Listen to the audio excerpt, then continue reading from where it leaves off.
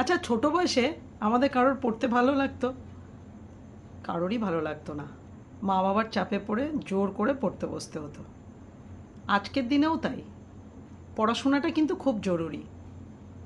যদি বলি আমাদের এই ডিরেক্ট সেলিং মার্কেটে, এখানেও পড়াশোনা দরকার।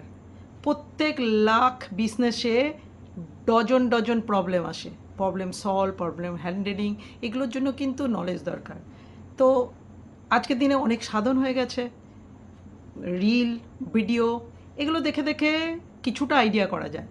বাট এই সব ক্ষেত্রে যখন আমরা এসেছিলাম, তখন আমরা কি করতাম জানেন? খাতা পেন নিয়ে বসে সেমিনারে গিয়ে টুকে টুকে লিখে নিয়ে আসতাম, বই পড়তাম, নলেজ এখান থেকে গ্যাদার করেছি। তো ভিডিও বলুন, আমিও ভিডিও বানাচ্ছি ছোট ছোট। এইটুকু ভিডিওতে এইটুকু মানে টাইমের মধ্যে কতটা বলা যায়। আমি আজও কিন্তু এই ব্যাপারে ওল্ড স্কুল। আমি এখনও বড় বড় ক্রিটিক্যাল কোনো টপিকস বা কোনো ইউনিক টপিকস আমি কিন্তু ব্লগে লিখি। আমি লেখাটাকে আজও ভালোবাসি। অনেক কিছু যদি ডিটেলে জানতে হয়, তাহলে আমি বলবো নিচে লিংক দেওয়া রইলো, আপনারা গিয়ে একবার ভিজিট করে দেখুন। অনেক অনেক ইউনিক ওপিনিয়ন আপনারা সেখান থেকে পাবেন।